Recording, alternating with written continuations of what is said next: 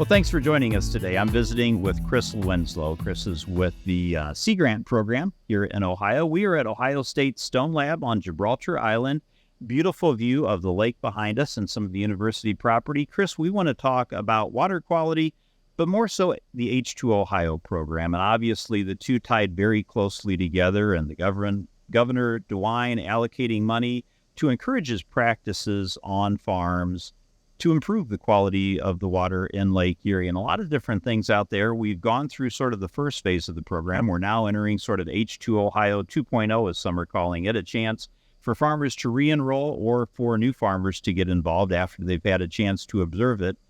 And within that program, there's a lot of different practices farmers can enroll in. And a question I think that a lot have in the back of my mind is, I change things on my farm that may be 120 miles away from Lake Erie. How is that really making a difference in what we see in the water behind us? No, that's a great question. Yeah, so we know that as the water moves down the Maumee, so our harmful algal blooms are going to show up in the western side of Lake Erie.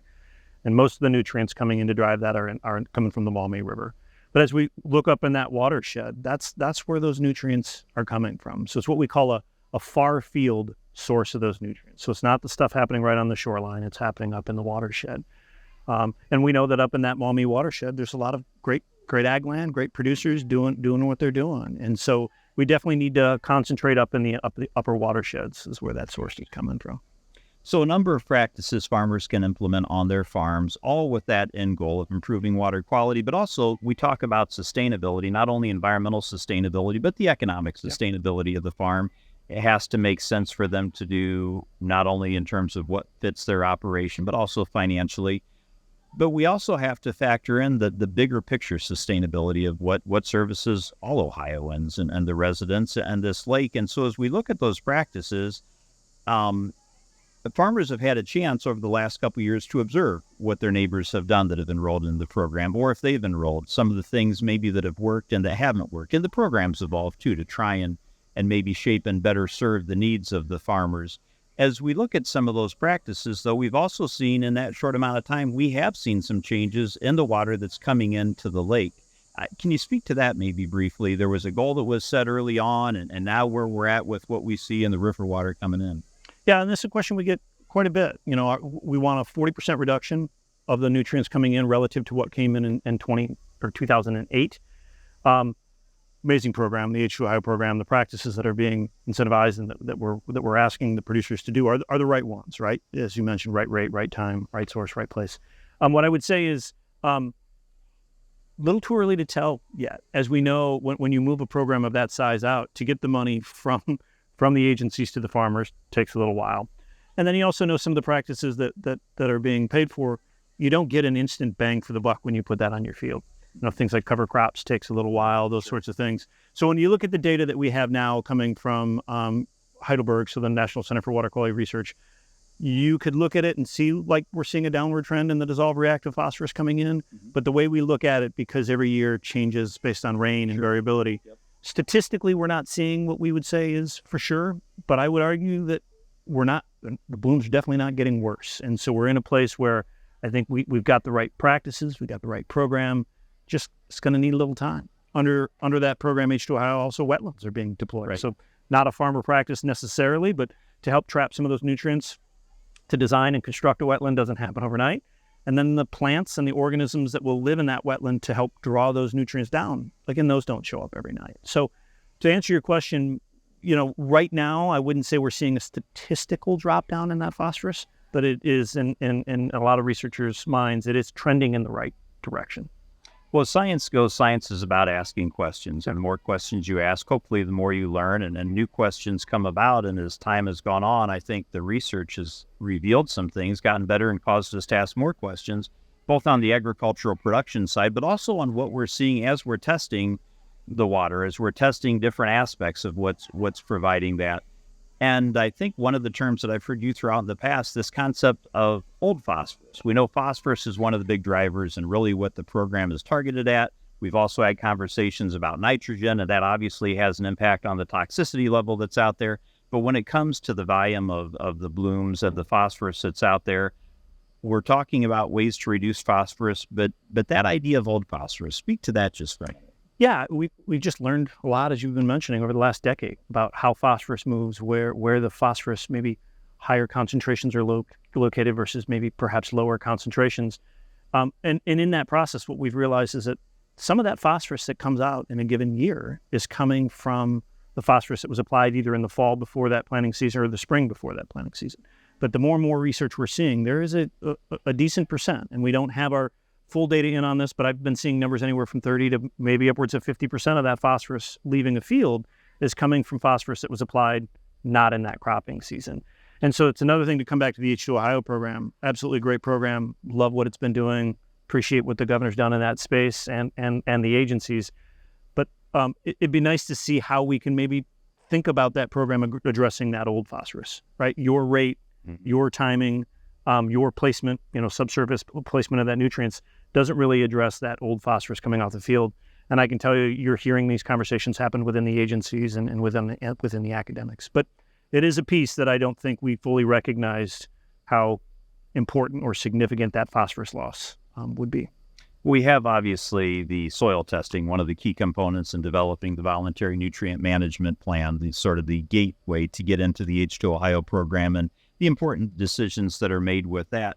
But even before the soil test samples are taken or the analysis, a lot of farmers know how that field is laid out. They have a pretty good idea where are some of the high yielding areas, probably the hot spots for fertility, where are some of the lesser areas, maybe where they're typically putting more fertilizer if it's an area that needs it. As we look at the practices that are out there, though, a lot of times maybe the concept is what practices fit this field based on my crop rotation or based on, for lack of better terms, things that are easy, versus maybe the importance of what practices are out there that are going to best benefit not just this field, but are best going to benefit the lake that's behind us. Maybe talk about that a little bit. Yeah, and that's still a hot research area, but clearly not every practice is suited for every field. And actually, when I give talks, I try not to say best practices, right? They're management practices. Sure. And what's best for your field really depends on things you mentioned, slope, your cropping history, your rotation. So that's an important question to ask. And what I'd also argue is that we got to make sure that when our producers are engaging in the space, and many of them are, is that it's probably not one practice for every acre or field. A lot of the modeling work that's coming out of Ohio State University and many of our sister universities is that we're going to need to do what we call stacked practices, right? So it's not just variable rate, it's variable rate and subsurface placement, sure, right? Or even putting things like your grass waterways and buffer strips. And so we do want to hit exactly where you are, is know your field, work with your extension educators from the land grant programs, work with your certified crop advisors to figure out what is best for each acre. And it's probably not going to be one thing. It's going to have to be stacked. The data we're seeing is that we need about 70% of the acres in the watershed doing practices, and in many instances, stacked practices. Well, you mentioned the 4 R's of nutrient management, the right rate, the right place, the right time, all those aspects that go into it. And a lot of that, most times people are thinking of commercial fertilizer application when we're doing the subsurface placement or we're doing the prescription management. Livestock manure, though, another key variable in there that we use on a daily basis in production agriculture. And it's really gotten sort of a black eye, especially early on, just because maybe there wasn't as much known about it as we thought that there was. As we've gone on, and a lot of this research that's been funded thanks to the H2 Ohio program has allowed us to learn more about that in the Maumee River watershed. What are some things we know now about manure? Obviously, it is a factor, but maybe not as big a factor as we thought in the grand scheme of things. It has its proportional place.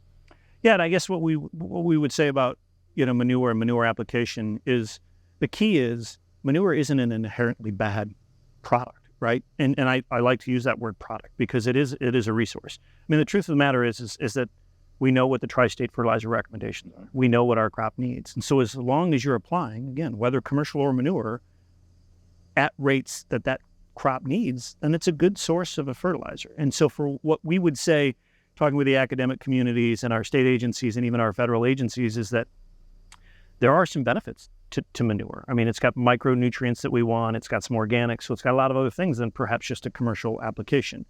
But at the same time, because it's often applied as a liquid, you've got perhaps in some instances, a higher risk of runoff. And so with any fertilizer, again, whether you're using organic or manure, you just got to know your field, you got to know your application, and you got to know the risks.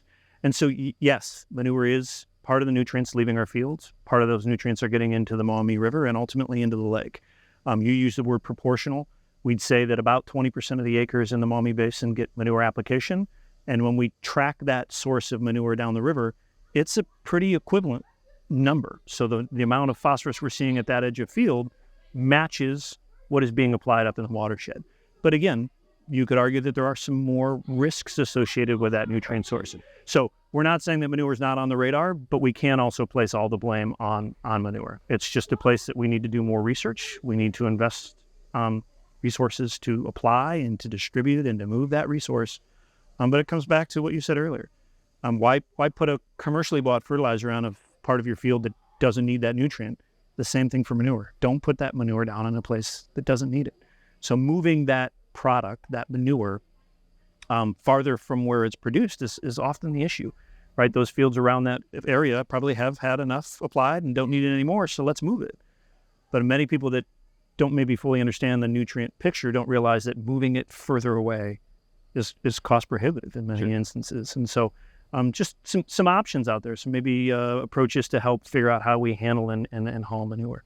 Let's dig just a little deeper for a minute into the data and the numbers. And something I guess I wasn't aware of until recently is that different forms of phosphorus have different signatures, and you can actually track at the river as it's coming into the lake the signature of the phosphorus that's coming from manure versus the signature from commercial fertilizers or other sources. Yeah, no, and there's still some fine-tuning and some work in that space, but we do feel like we can say, does the phosphorus look like phosphorus from the stream itself rather than from the field? Is it look more like what would come out of a wastewater treatment plant? Does it look more like what would come out of an animal?